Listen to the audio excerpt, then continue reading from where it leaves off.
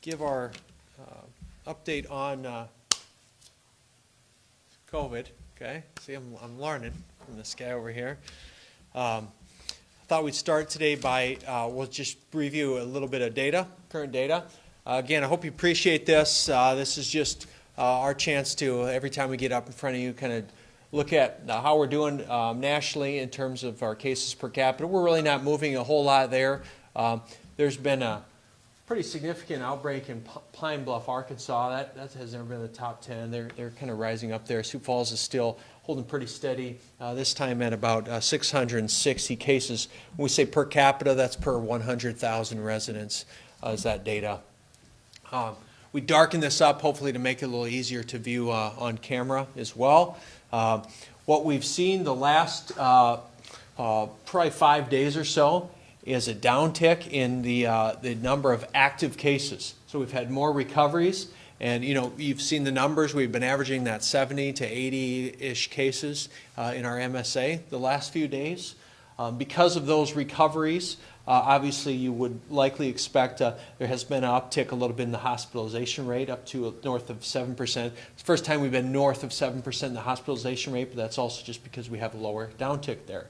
So obviously this is numbers that we like to see, but again, we're not calling this a consistent trend yet because we're still, again, on target, on track for our mid-May to late May peak. It's still the projections and the data that we're working off to see that happen.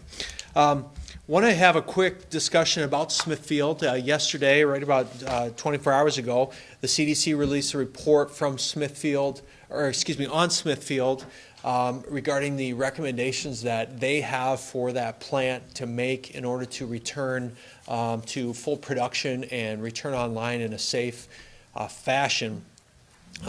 This morning we did have a conversation with a representative from Smithfield about that. I will tell you that they've had the report for a day, they're digesting that, and they're coming up with a plan of action or working on that.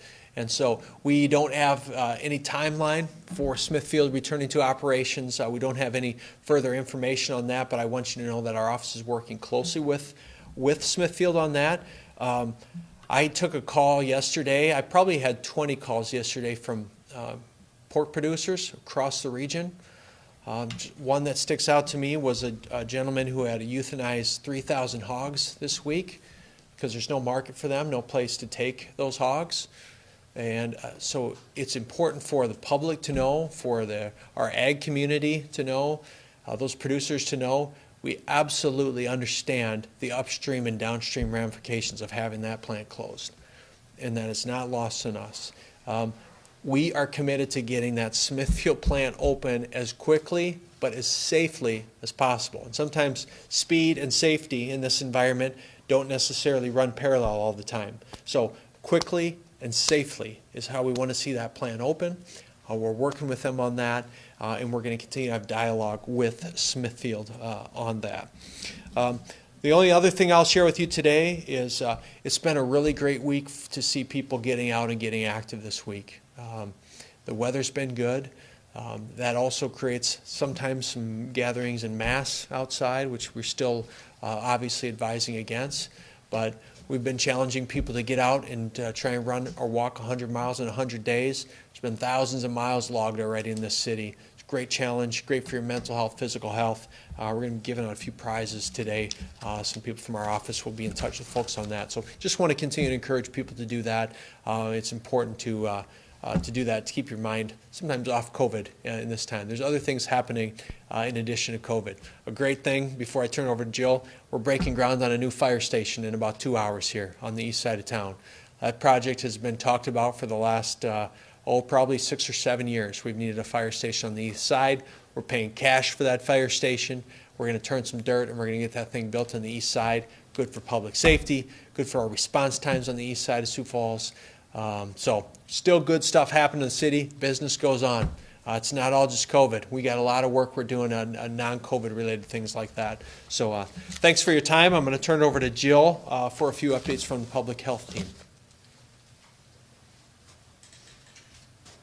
Great. Thank you, Mayor.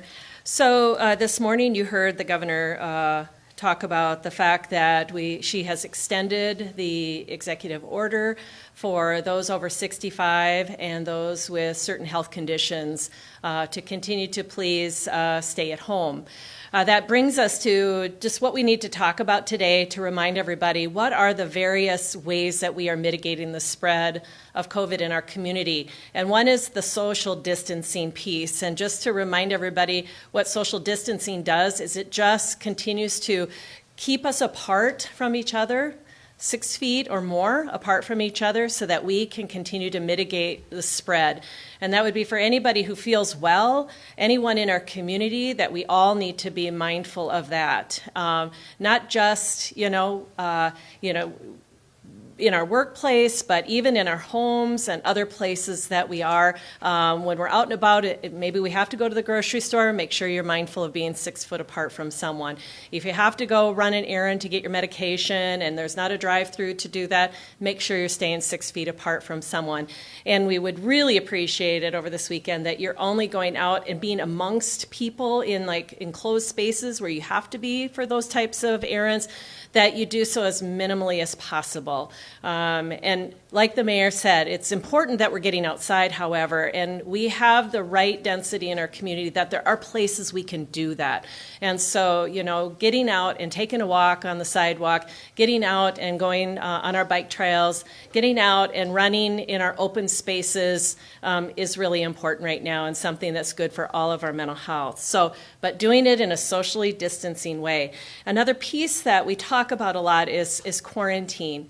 And quarantine is a circumstance in which you've perhaps been in contact with someone who is positive for COVID. It doesn't mean that you yourself are positive, but it means you now have come into contact. You've been in close contact of someone who is positive for COVID, and you now need to quarantine, because we now need to understand of whether or not you're going to develop COVID. And so you need to be able to set yourself apart from those in your home if you are under quarantine. You need to take that seriously. You're going to know that because the State Department of Health, someone from the health department at the state level is going to be telling you that you need to quarantine. And so that's something you need to take very seriously. You need to then be watching for signs and symptoms that you may possibly be getting sick. You need to check your temperature a couple times a day if you're in quarantine. And you need to, as I said before, stay away from people as much as possible, especially people that are high risk for becoming quite ill with COVID. The last is, once you have been identified as being positive for COVID-19, then you would become isolated, and you would need to go into isolation because you're now positive.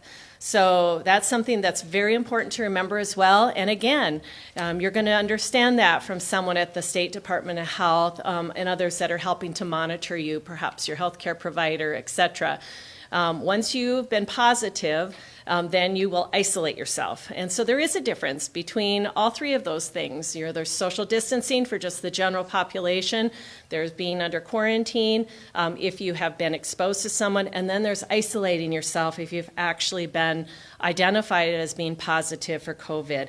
And so that's an example of where in your home, when you're in isolation, you really need to make sure you're staying away from everyone else in your household. Others need to be, providing care to you, but, to your door of your bedroom, for example, or any place that you can be. Maybe it's in a lower level area where you can be. Try not to, if possible, use the same bathrooms, etc. Having food brought to you rather than going to the dining area of your home or dwelling. Things of that nature, but keeping yourself isolated as much as possible. And that is something that's very, very important. So we then, lastly, there's sometimes when it's not possible for someone to successfully do that in their home or dwelling, and that they may need to isolate themselves or they may need to quarantine in another location to be able to do that safely for the rest of their household, for example, or people that they live with.